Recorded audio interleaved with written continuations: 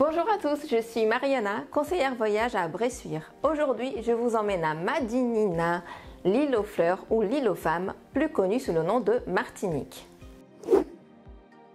À plus de 6700 km de Paris, plus précisément aux Antilles et dans la mer des Caraïbes, la Martinique n'est pas qu'une image de carte postale avec plage et cocotiers.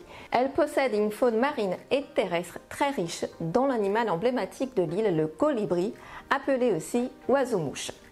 L'île est également très verte. Lors de vos balades, vous verrez bananeraies, arbres fruitiers, forêts, mangroves et collines. Et si vous aimez marcher, je vous conseille la montagne Pelée, inscrite à l'UNESCO.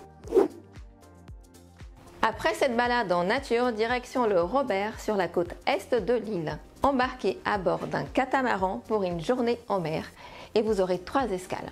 La première, l'île et Madame, un endroit parfait pour un pique-nique et c'est aussi le lieu de rencontre des locaux.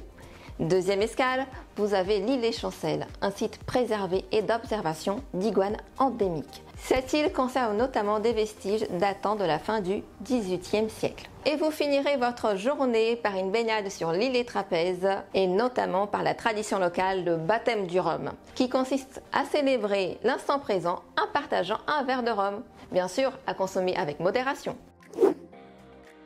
Le rhum est un produit du savoir-faire martiniquais protégé par l'AOC. Je vous conseille une visite guidée d'une distillerie afin de connaître le processus de fabrication et également son histoire. Vous avez le choix parmi une quinzaine de distilleries telles que l'Habitation Saint-Étienne, Clément, Saint-James ou encore Trois-Rivières.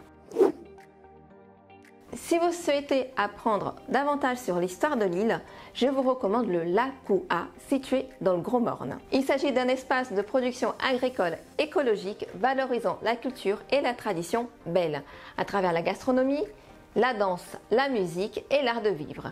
C'est un moment de partage via plusieurs ateliers interactifs. Et notre dernière étape, la capitale Fort-de-France et son marché couvert. Il s'agit d'un bâtiment divisé en 3 parties, fruits et légumes, épices et produits locaux, et bien sûr l'artisanat. Sachez que les prix et les produits sont quasi identiques chez tous les commerçants. Prévoyez minimum 2h30 afin de profiter de l'ambiance locale.